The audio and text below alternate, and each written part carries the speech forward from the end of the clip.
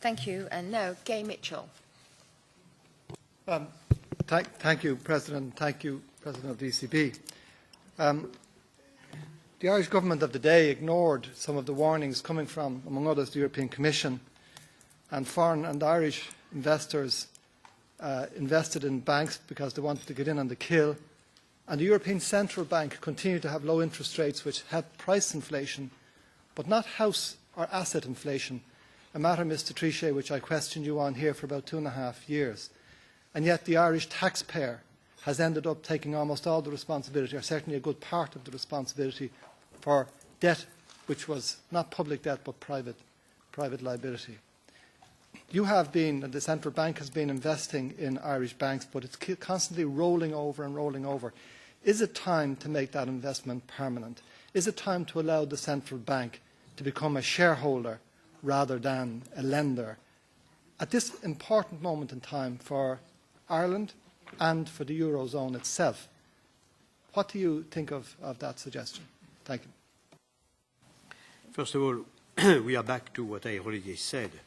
The monetary policy is a given for all euro area countries. We increased rates in 2005, at the end of 2005, against the good advice of 10 governments out of 12. But we considered that we had to increase rates because we had to deliver price stability. We refused to decrease rates in 2004, at the beginning of 2004, where we had interest rate at 2%, and others had interest rate at 1%, others in the advanced economy, and we refused to decrease rates. The good advice was given to us by the heads of major countries in Europe. So you might say interest rates were too low for Ireland, but they were the interest rates which were appropriate to deliver price stability for the euro area as a whole. And I don't elaborate more on that. National policies have to take that into account, of course, and to exert appropriate influence to cope with possible difficulty in country-to-country basis. I would only say that the central bank is the central bank, and we are doing our we are exerting our responsibility as a central bank, and we are calling for all other institutions to take their own responsibility. I will say nothing else than that. I mean, we are a central bank, and we have to consider that it is our fundamental duty to act as a central bank. Thank you very much. Thank you very much. For once, we're running slightly ahead of time, so I'll ask a question, and we may have time for another catch the eye. But what I would like to ask you about is the bank stress tests. I know we've been there before, and I'm conscious that there is this what one might call a balance to be had at the moment, maybe, between confidence and transparency, in that some banks and indeed central bankers may fear that if we knew everything that there was to know about the banks, then we would have a crisis of confidence. But the markets really do want to know what the situation is with sovereign debt in the banking book.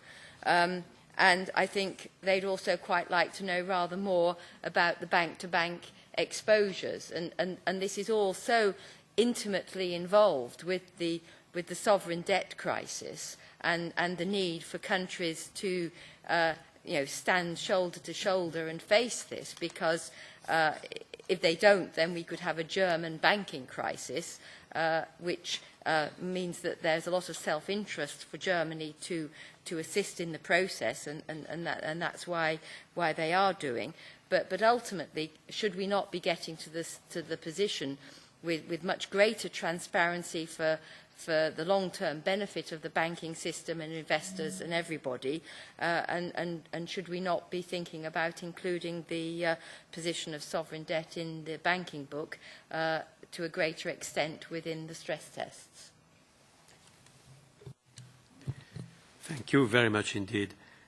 First of all, my memory is that in the previous stress test, the overall outstanding securities which were in the hands of the various banks in the banking book as well as in the credit book, but in the banking book, were made public so that the observers, the analysts could make their own assessment on the basis of these figures, even if the rule is that the banking book has not to be accounted on a mark-to-market basis, but on the appropriate rules which are taking into account the nominal. I would say, again, has to be decided upon, and I don't want to substitute myself to the responsibility of the EBA. As regards the ECB, it has played a role in shipping to the EBA some kind of appropriate macroeconomic assumptions for the stress itself. But it's the decision of the EBA, of course, to see exactly what they will publish. But my understanding is that it might be their intention to, again, do as they did in the first stress test, so publish or ask the banks to publish what they have themselves in their books. Again, I don't want to substitute myself to those who have this responsibility. But again, what has been done in the past is something which could be decided again. Does anybody want to ask a question? Oh, right, we've got lots of them. Well, Gay, you were first, and then Sylvie. Thank you, Madam President, and thank the President for his reply. Could I ask him if he accepts that it is practically impossible for the Irish government to both address the public finances problem it has inherited and also to recapitalise the banks at the same time? Is that an impossible task? Is it asking too much of one member state? No, I would not say that, certainly not. I mean, the decision which have been taken by the government of Ireland over the last 3 years are there. And there has been a program which has been approved by the international community, not only by the European, by all the international community. This program is essential for the credibility, it seems to me, of Ireland itself. And I have no other assumption myself than, with the appropriate and wise efforts of Ireland, of the executive branch and of the Parliament, to regain progressively the creditworthiness which is absolutely necessary. So, again, my working assumption is that Ireland can do it and will do it.